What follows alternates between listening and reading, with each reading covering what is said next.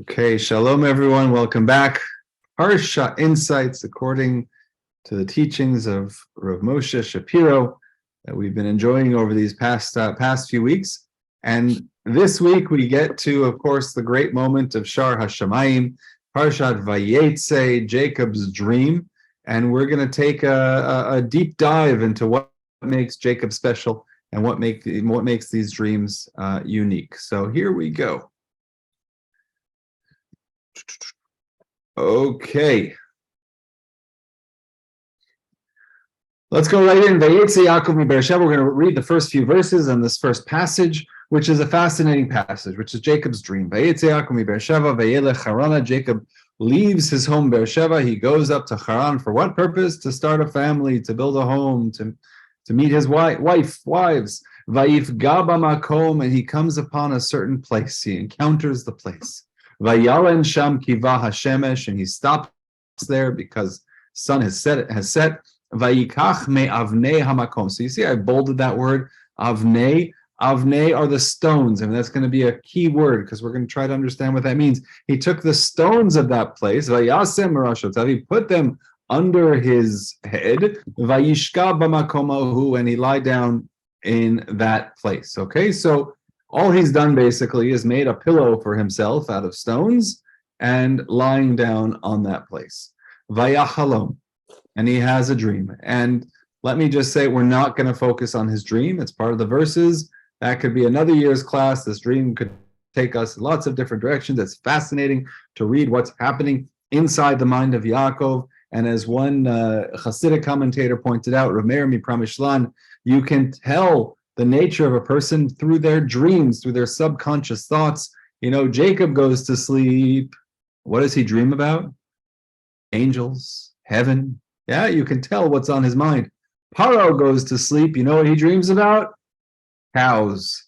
You can tell what's on his mind. So in Jacob's dream, we are seeing something very beautiful, which is that he dreams, and hine sulam mutzav artza. The Hebrew word sulam is what they call in the very fancy linguistic literature a hapax legomenon. Hapax legomenon is a word that appears only once within a certain context. So we don't know what the word sulam means exactly. And Rabbi Samson Raphael Hirsch says it comes from the Hebrew words, from the Hebrew root samech lamed lamed. Does that word seem familiar to anyone? Samech lamed lamed solel. Sometimes you'll see that in Israel. You'll see solel boneh. You see solel mean, what's that? To pave. To pave, exactly. It's something to do with a path, with creating a path. So sulam, according to Rabbi Samson Raphael Hirsch, comes from the word to pave. It's a path that's going. We understand it as meaning a ladder, but he understands it's slightly different because in no place in the Torah does it say a sulam is a thing with rungs and it goes from the floor and you lean it against something. We don't know that. We just see this word sulam and we kind of understand that it's going up and down and there are angels going up and down it. The head of the ladder goes all the way up to the heaven. The angels of God are going up and down. God is on top of the ladder. I am the God of Abraham, your father, the God of Isaac. The land that you are lying upon will be yours and your offspring as well. And then it goes on and on. I'm going to skip some of these for the sake of time and for the sake of focus. The promise, your descendants shall be as the dust of the earth. You shall spread out in all directions, the west, the east, the north, and the south.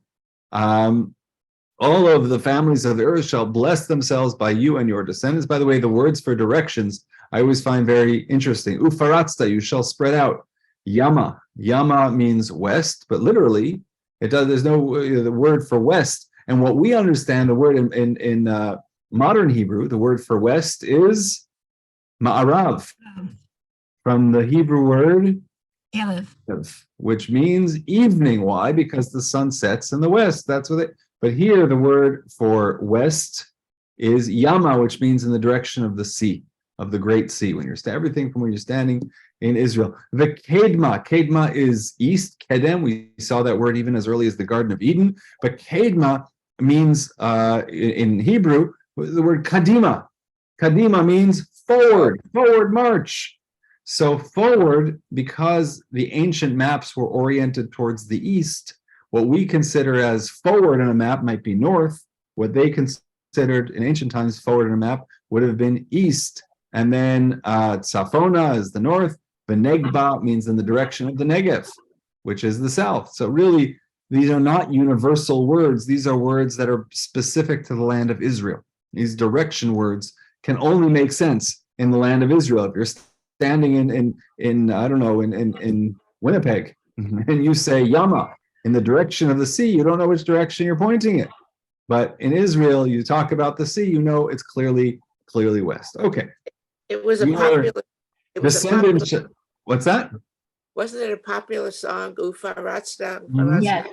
Yama v'kedma tzafona. Right. Exactly. Yeah. Very popular day school song. Way back. Exactly. A few decades ago. Anochi imach, behold, I am with you. I will protect you, God says.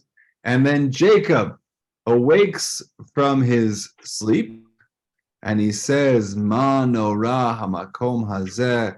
How awesome is this place? Ein zeh ki'im beit Elohim v'zeh shar hashamayim. This is the house of God. This is shar hashamayim. So the two things I want, or that Rav Moshe Shapiro wants us to note here, is number one, the idea of stones. We're going to come back to that. And number two, the idea of the house of the Lord. Can we connect these two concepts just sitting right here? Of course we can, because stones are it's a building product, and God, we want to talk about building the house of the Lord, so it makes sense that there are going to be stones all around while we're building the house of the Lord. That's part one of the story. That's the first, or part A of the narrative of Jacob's dream. And it's then also how you build an altar. I'm sorry. That's yes. Well, hold on. We're coming to part two of the story. Oh, okay. And now this is this space, this gap right here is mine. This is not part of the story. This is the very next verse.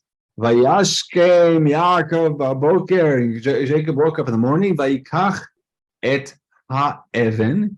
He took the stone, asher sama rashadav, that he had placed under his head. Vayasam otam hatzeva. He made it into an altar. Vayitzok shemen al rosha, and he pours oil on it. So what question do we have?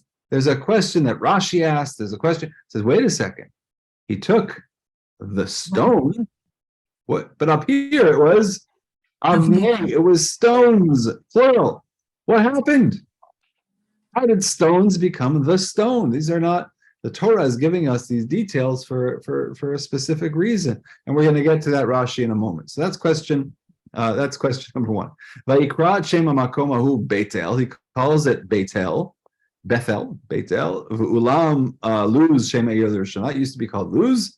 Vayidar Yaakov Neder Lemor, and Jacob makes a vow, and he says, if God remains with me, protecting me on this journey that I'm making, giving me bread to eat and clothing to wear, and I return safe to my father's house, Hashem shall be my God, and this stone, ve'ha'even hazot, asher samti matzeva, that I placed as an altar, yeh beit Elohim. This will be God's house. And anything that God gives me, I will set aside as a tithe. So we see this is so different from what God promised him. God promised him everything. He promised him the land. He promised him children, progeny, and he says, all I'm looking for is a piece of bread, and just it's like he doesn't have any confidence even in what he was just promised. Yeah, there certainly is. There certainly is that, and the question is, what is this condition that he's making after God promises? Is this a lack of faith? If you do this, so that's a separate Devar Torah. But what Rav Moshe Shapiro wants us to focus on is the repetition of this idea of Beit Elohim, because really this is one story, but there are two components to the story. There's the dream, and there's the altar. There's the dream, and there's the stone, let's call it, which becomes the altar. So what's the connect? And both of them result in Jacob saying, this is Beit Elohim. This is the house of the Lord. But as Moshe Shapiro is going to ask us, what's the connection between these stories? What does the dream of a ladder going up and down have to do with a stone, in that both of them, Jacob says when he wakes up, this place has nothing to do with the stone. This place where I have seen God in my dream will be Beit Elohim, will be the house of the Lord. And then later on, he says, this stone will be the house of the Lord. Rav Moshe Shapiro, the concept here that we're dealing with is that Jacob is building a house is built of stones. This is how the house of Israel must be built. Okay. A little bit of an insight into the phrase, what it means to be the concept of stone, because we see stone repeated in Jacob's blessings later on in his life as he's blessing his children. He refers to Ro'eh Even Yisrael, the shepherd, the house of Israel, the shepherd, the house of Israel, which is what is a shepherd, the house of Israel. This is coming from the blessing to Joseph, where he says, Ben Porat Yosef, that Joseph is wild, and he's archers bitterly assailed him, they shot at him, they harried him, and yet his bow stayed taut. His arms were made firm, and we have our verse, which says, the shepherd, the rock of Israel. And look at what Rashi says, quoting Onkelos, says that, quoting the translation to Aramaic, says that this word even, a stone, is a notrikun. It's two words put together, av uben. All right, does this sound familiar from previous weeks? We're looking at the concept of av, what it means to be father, av uben. Avhan uvnin, Yaakov and his children. You get it? Even, stone, av, ben. That's what the word even is. Father, son, parent, child. That's what Onkelos says. So Moshe Shapiro says this teaches us a stone is always a basis of continuation, a foundation upon which to build a house. That's the concept of what a stone is. So when Jacob is creating, is playing around with these stones, we're going to take a look. Also, we're going to see another time in Jacob's life in which he encounters stone, this concept of stone. What Jacob is doing is creating the foundation for the continuity, because a stone is even, av, ben. That's the teaching. That's the lesson of the stone. Now, let's take a deeper look at the stones. And we noticed, right, that the stones became stone, that he took of the stones of the place, and suddenly it became a single stone. So the Talmud in Tractate Chulin says the following. It notes the difference between how the plural stones becomes a stone. So the first verse indicates he took several, whereas the latter verse indicates he took only one. So Rabbi Yitzchak says this teaches that all those whose stones gathered to one place, and each one said that all those stones gathered to one place, and each one said, so they're all together in like a cluster, and they're talking to each other, these stones, and they say, this righteous man is going to place his head on me. I'm going to be his pillow for the night. I'm going to be, and it was taught, all of them were absorbed into one large rock. That all of these stones were fighting, that they wanted to be the stone that Jacob would put his head upon, and so the solution was that they all became absorbed together, condensed into one stone, and so they all had that merit. Rav Moshe Shapiro says, this we'll call the fusion of the stones, and the dream of the ladder set firmly on earth, whose top reached the heavens, upon which the angels of the Lord ascended and descended, jointly revealed this place as the house of the Lord and the gateway of heaven, right? So we have these two stories of the stones coming together as one, and the ladder going up and down, and they're both connected to the concept of Beit Elokim, of the house of the Lord, yet these two testimonies seem unrelated. They are two separate events and two separate subjects.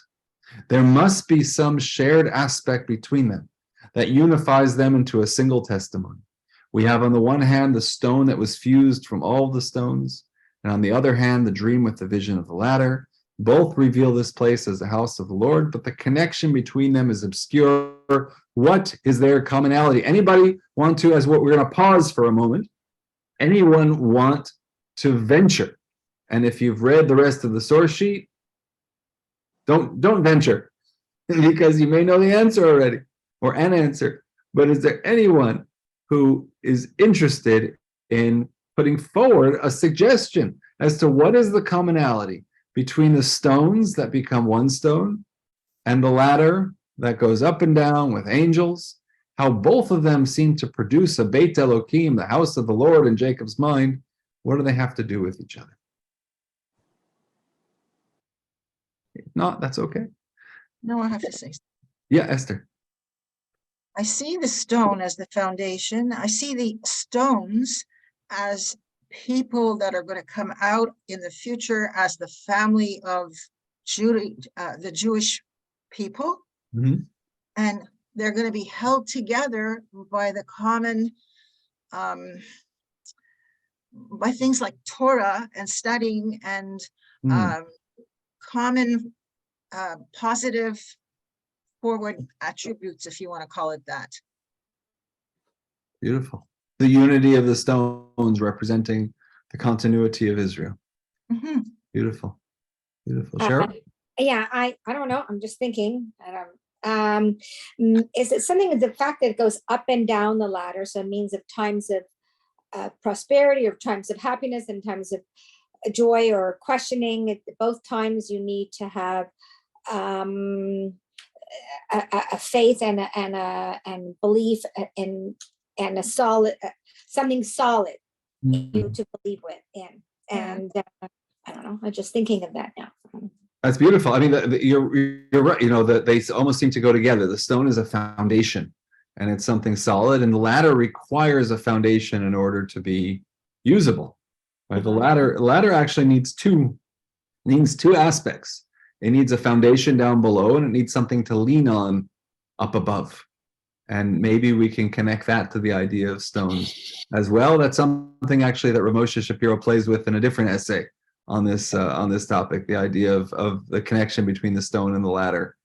In that sense, you made it sound better than I did, anyways. No, I love that. No, I love what you said. Thank you. Okay, let's move forward. Jacob emerges as superior in terms of the patriarchs. Jacob, and you know, we're going to give a few sources that note this. The Talmud or the Midrash in Bereshit Rabbah says Bachor Sheba'avot, that Jacob is the chosen, Ze Yaakov, the chosen amongst the patriarchs is Jacob. As the verse says, Ki Yaakov Bachar Lo Ya, that God chose Jacob. And similarly, the Talmud in Shabbat, talking about a different context, that said that it took basically 3 generations for defilement to stop from the forefather, meaning that there was contamination within the seed, if you will, because Abraham gave birth, well, you know Abraham's family, right? So Abraham comes from a family with lots of what we'll call defilement in the spiritual language of the Talmud. All of his, siblings and the household he came from. Abraham then gives birth to one holy son, Yitzchak, and one unholy son, Yishmael. Yitzchak gives birth to Esav, and with Jacob it all stops, because Yaakov holid 12 shvatim shelo haya bahem shum dofi. He gives birth. I use that in a very, very liberal, broad sense. He begets 12 tribes that have no blemish in them. All of them are righteous at the end of the day. Even we know all the stories, we know all about the siblings, we know everything that happened. But even so, there are 12 people who are united in their righteousness in a sense, as opposed to a Yishmael or an Esav. So Yaakov clearly has this unique characteristic that he is thought upon in such a lofty way by our tradition. And why is this? So profound contemplation, Moshe Shapiro writes, is necessary to ascertain what exemplifies Yaakov in this matter. What is it about Jacob? What point precisely renders him unique? The wording of the Talmud indeed implies his superiority. He is the choicest of the fathers. And apparently for this reason, what lies his superiority over Abraham and Avram and Yitzchak, or his parents, the ones who bore him? He comes to them, he exists through their power, and yet he is superior. So what is it that makes Jacob superior? So we're going to touch briefly, and Ramoshe Shapiro in the essay that inspired this source sheet goes in a slightly different direction, but I'm going to take one avenue of his direction, which is basically to talk about Jacob being the one in which it all came together for him. What do we mean by that? So talking about the ideas of decisions, and that's going to be a starting point for understanding what Jacob achieved that the others didn't achieve. So the verse says in Sefer Devarim, I will call heaven and earth to witness against you this day. I put before you life and death, blessing and curse. Choose life. Ubacharta vacharta b'chaim. Choose life. Laman tichya atav zarecha, so that you and your offspring will live. The idea of choice is a central concept in our tradition. We are constantly being told to choose the right way, to choose the correct path. And Rav Moshe Shapiro has a beautiful insight on this idea of choice. He says that choice is not choosing between good and evil. Let me take a step back for a moment and say that there's an idea that we've spoken about a number of times called the Nikudat HaBechira, called the decision point, and that every person has their unique decision point. I'm going to stop sharing for just a moment. That every person has their unique decision point.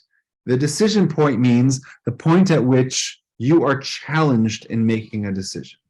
So it's different for everyone. We all have different challenges. And I can speak, from a religious perspective, that there were challenges that I had earlier in my life that I no longer have. When I was starting as a teenager to observe Shabbat, the decisions as to how to observe Shabbat, do I turn that light on or off? That was what's called my Nikudat HaBechira. That was my decision point. That was a challenge for me. Everything else, let's call it worse than that, was not a challenge for me. I never ate pork or bacon. That wasn't part of my upbringing. So that was not a challenge for me. Someone would put a piece of bacon in front of me, I would not be challenged by that. I would easily reject that. Anything holier than that, I would eagerly do. Somebody would put a quarter in my hand and put a tzedakah box in front of me, that wouldn't be a challenge for me. My challenge was that turning a light on or off on Shabbat.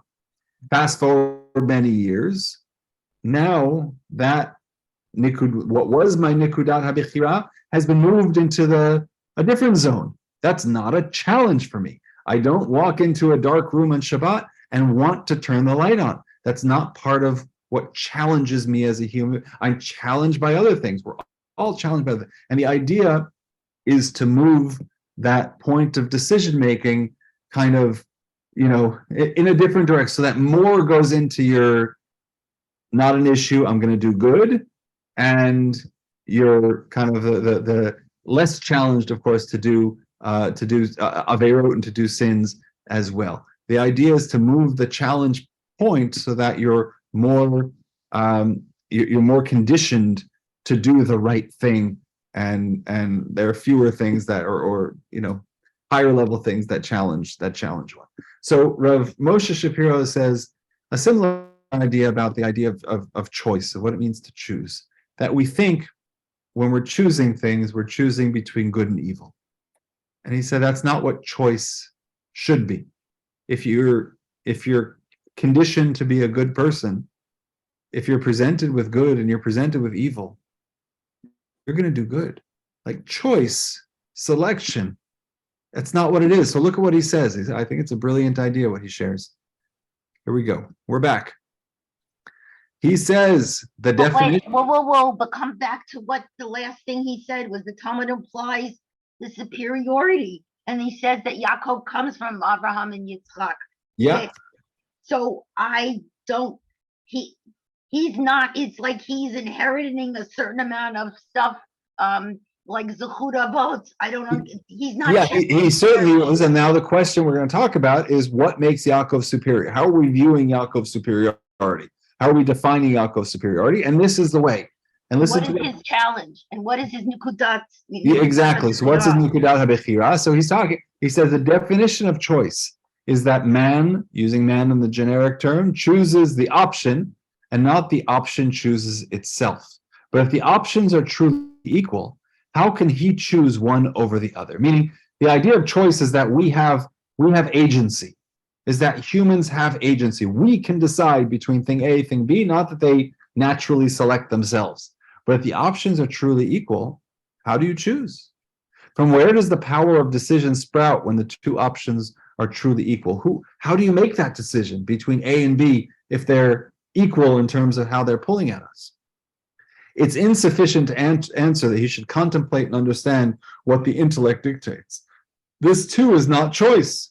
What does it mean that the intellect dictates? This precisely is the dispute. The intellect draws him in one direction, and the learning of his heart, his great will and desire, draws him in the opposite direction. This is what a real challenge, this is what a real choice is when your soul tells you one thing and your mind tells you another, despite knowing that the intellect dictates the opposite. He stands in the midst of two equal options, what you know you should do and what you want to do.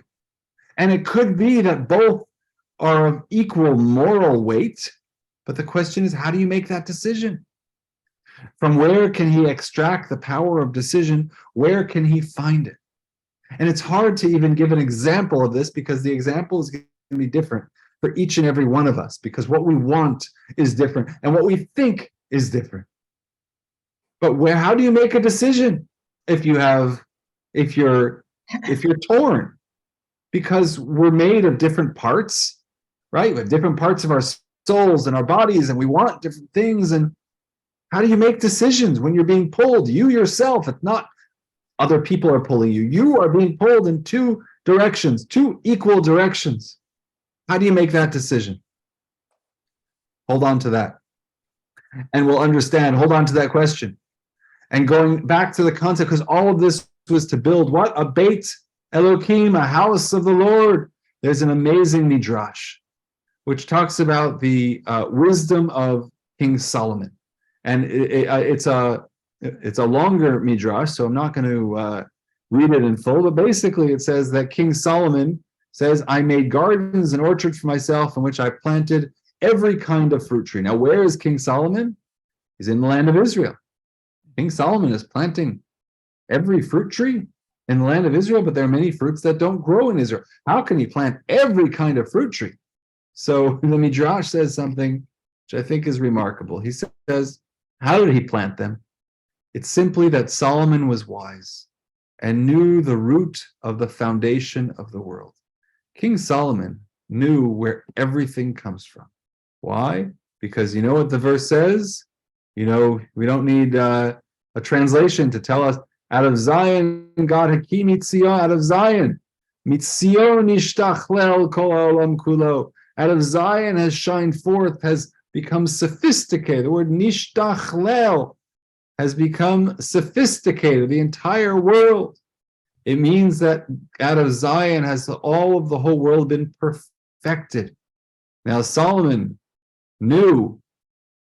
So basically, you have the entire world emanating from, in this midrash, from Jerusalem, from the Even Hashtiyah, from the foundation stone upon which the Beit HaMikdash is created. And so the image that they're presenting to us is that the Beit HaMikdash is the center of the world. You know that New Yorker cover where New York is the center of, have you ever seen that New Yorker cover? It's a great classic cover, which shows kind of New York as the center of the world, a big map. And they see New York as larger than the rest of the United States. And you have a little thing here, which is Canada, a little thing there, which is Los Angeles, a little bit, but it's the idea of how we see the world from where we are. And so Jerusalem, the Beit HaMikdash, is the center of the world. And everything is coming from there. Everything, including all of the plants and all of the fruits. Just as a navel is set in the middle of a person, so the land of Israel is the navel of the world. Blah, blah, blah. And so what did he do? Hold on. Now Solomon, who was wise, determined the roots that went out from that stone into the whole world and planted all of the species of trees in them. What that means is that I'm trying to think of an example, but there's a tree that grows only in Canada. Let's say there's a fruit that grows only in, what's that? The conifer, the Christmas tree, the conifer. The conifer. Okay. So a conifer, is that a fruit tree? Let's assume, let's pretend it has fruits. So there's a fruit tree in Canada that's specific to Canada. No, it's not only in Canada. It comes from Zion. It comes from the Beit HaMikdash. There's a foundation stone, and from that stone emerge all of the roots of the world. So what did King Solomon do? He located, using some subterranean detection system, he located where the roots of the conifer were coming out of Zion, out of Jerusalem, and dug down and planted into those roots and was able to grow a fruit tree, or wherever that tree happens to be, whether it was in Greece or in Iceland or in Canada, doesn't matter. Everything comes from Israel. Everything comes from Jerusalem. Everything comes from the Beit HaMikdash. Everything comes from the Even Hashtiyah, from the foundation stone, which is where the Mizbeach, where the altar is. In the Beit HaMikdash, everything comes from there. Chronologically, the transition from Yaakov to Shlomo HaMelech gives me a little bit of a jolt. Yes, this is showing the idea of what the Beit Elohim, what this house of the Lord was intended to be. What was he building here? What did Jacob envision would be on this place one day? When Shlomo HaMelech would come, he would build it. But what would be on this place? What would be is the center of the world. And this was the one revelation of Solomon's wisdom. The concept of wisdom is the recognition of the root of all things in creation. As the wisest of all people, Solomon, he knew the true root of what all people knew. For this reason, King Solomon was the one who built the holy temple from where all of creation draws its sustenance and power. Hence, the house of the Lord, the Beit Elohim, is where the root of all forces is revealed. Everything comes from the Beit Elohim, the house of the Lord. Why is it called the house of the Lord? Listen, the Shulchan Aruch, in telling us in a section where it tells us exactly what one should think of when it says all of the names of God, it says that the name Elohim, the name of the that we're using, Beit Elohim, the house of, we often translate as the Lord, the house of Elohim, Yechnavein, when a person says that word, what should they have in mind? Shehu takif Baal hayecholet, that God is strong, is Baal hayecholet, from the Hebrew word yachol, ani yachol, I can. The Baal hayecholet, the omnipotent, is how it's one who can do anything, everything. Ubal hakochot kulam, and the master of all powers. Any power that you see in the world emanates from God. And similarly, any blessing that you see in the world comes from the Beit Elohim, comes from the house of the Lord. It's at the center, just like the navel. And when, by the way, when they talk about the navel here, when they talk about the navel as the middle of a person, it's not just kind of geographically on a person. It's not just that it's in what we call the midsection, but rather the navel is where life begins. That's where the connection to the mother is. And so it's not just that it's in the middle in terms of space, but it's at the center in terms of everything that grows from it. Everything takes its power from that one place, right?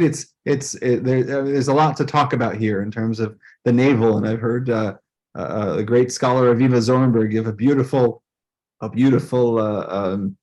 lecture on this idea of Tavor Haaretz, of the navel of the earth, and what that means, and how, the navel is seen as almost a wasted space, where we talk about navel gazing, about what's known in Greek as amphiloskepsis, was a form of meditation of navel gazing. And what does it mean to look at one's navel? It's almost it's a place in the body that has no function, and yet it's the most important place, because without it there's no life, right? There are other parts of the body that one could point to as being superior in terms of function, superior in terms of importance, in terms of procreation, in terms of thought, in terms of feeling. The navel does none of the above. It does nothing except for produce life and enable life to exist, and without it there would be no life. So there's a lot to talk about. There we go. We're off on a belly button tangent. Okay, let's. So what was Aviva Zornberg's message in terms of the navel of the earth? What was her point? It's part of a much larger lecture, and I have to go back to my notes, because the lecture I heard in person in Jerusalem about, I can tell you, almost 11 years ago. But I don't know. I don't remember the exact point. I have to go back to that lecture. It was winter 2012. That's what it was. Winter 2012. Okay. This was okay. The concept of everything that the root of all forces is revealed, and that's what Elohim. That's what the Beit Elohim is. Look at what Yaakov does. We're coming to almost our conclusion here. We're coming to wrap it all up and hopefully tie it all nicely together in a bow. There's a later on when Jacob now is traveling, he resumed his journey and he came to the land of the Easterners. And you know this story. I'm going to talk about it outside, that he comes and he sees the people lying there, and he rebukes them. And he says, "Why are you lying here? Why are you staying here in the middle of the day? It's broad daylight. Too early to round up the pasture," right? This is where he's going. He asks about Lavan, and Lavan's there with his daughter Rachel. Okay, Yaakov, this is the first time that they're going to encounter. And they say, "Look, we can't, because we can't do it until all of the flocks are rounded up. Then the stone is rolled off the mouth of the well, and we water the sheep." So what's happening here is that the shepherds have a distrust in each other. The shepherds don't trust each other. Why? Because they've placed a stone on top of the well that's too large for any one of them to move. They need everyone present before they move the stone off of the well to water their flocks. They're worried that this person's going to take too much for him, this person's going to take too much for him. So that was a safety measure. Everyone has to be present for anyone to have a little bit of water. You got it? So that's the distrust. And Jacob is kind of talking them out of his distrust. And now Rachel shows up, his future wife, the love of his life shows up, and she comes with her father's flock. She was its shepherd. And when Yaakov saw Rachel, the daughter of his uncle Lavan, and the flock of his uncle Lavan, when she sees them come, and what do they need? They need water. And where's the water? In the well. And what's on the well? This huge Evan, remember this word? This huge stone. Jacob is now coming back to a stone, and Jacob sees what needs to happen, and they need to eat, and he wants to do something chivalrous. So what does he do? He comes and he rolls the stone off the mouth of the well and waters the flock. Jacob, the hero, the superhero, the mighty Jacob. Look what he can do. He can do the work of many, many different shepherds. And truthfully, I want to admit that before reading this essay, before reading this piece of Rav Moshe Shapiro, the way I described it was the way I thought about it, is the way I understood it. What is Jacob showing here? That he's strong, that he has great will, that he has great power. But really, what kind of point is that? That Jacob, has he been lifting weights? I mean, what are we proving here? What's the point? Look at what Moshe Shapiro says. And Rashi says, he says he rolls it off. He rolled it off as one who removes the cork from the mouth of a flask to inform you that his power was great. He just kind of flicked it off. He didn't even break a sweat. All these people are waiting for the whole group to be there to move the stone. Jacob, poof, no problems. I got it. Didn't even break a sweat. Like, Rav Moshe Shapiro, what is the Torah teaching us? Are we being told that he was physically strong, like a muscle man?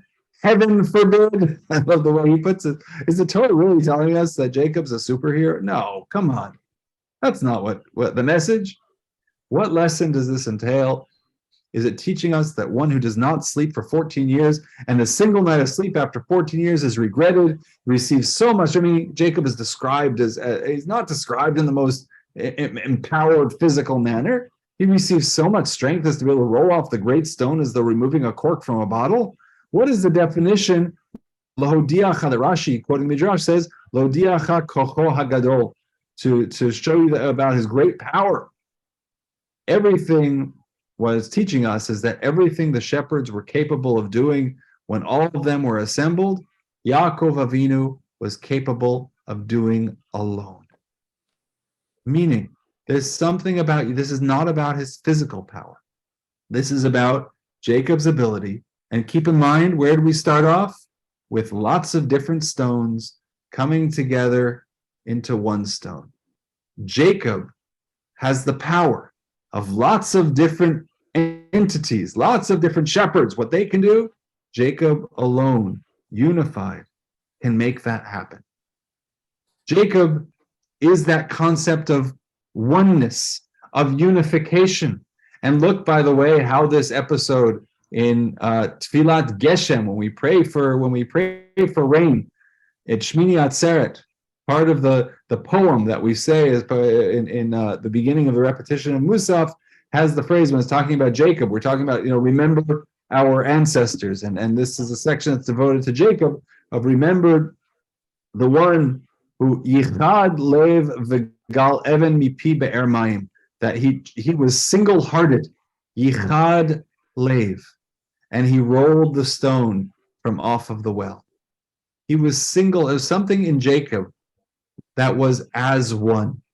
There are people who are tortured.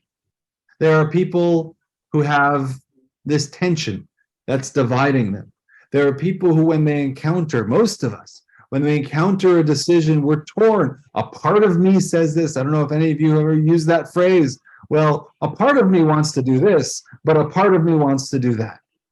Right? That's a very common way of approaching life. We are torn, we're pulled in multiple different directions by ourselves because we're made up of lots of different beliefs and views and contradictions. That's who Jacob, Yichad Lev.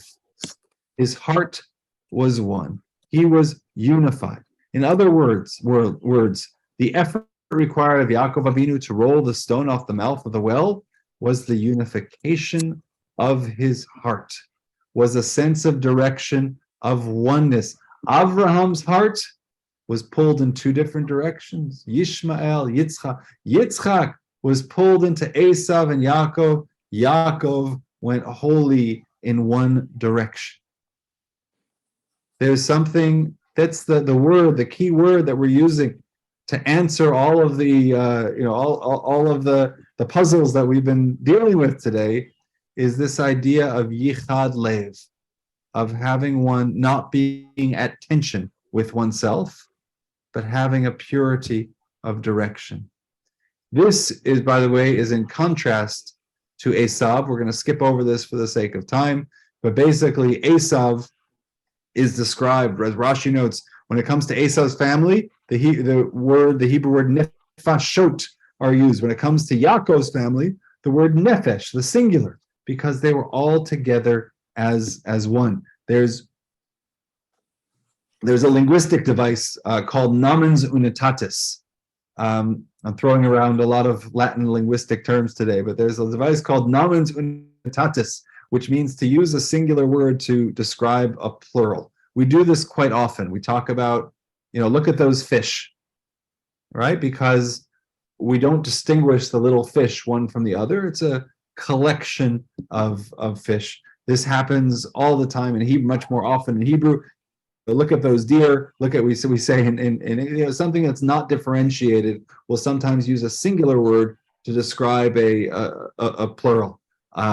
And we could go for a while into that, but that's basically being utilized here when we talk about Jacob's family as being a soul and Esau's family being nifashot, being souls. And as when Yaakov and Esav encounter each other, this comes out because Esav says, Yesh li rav. Where does he say that?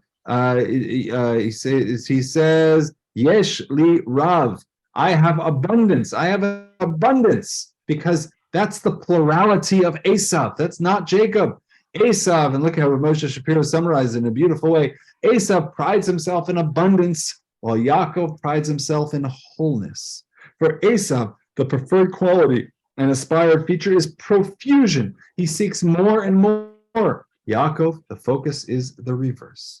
Anyone who looks at the world today sees a culture of abundance, which proceeds towards more and more abundance.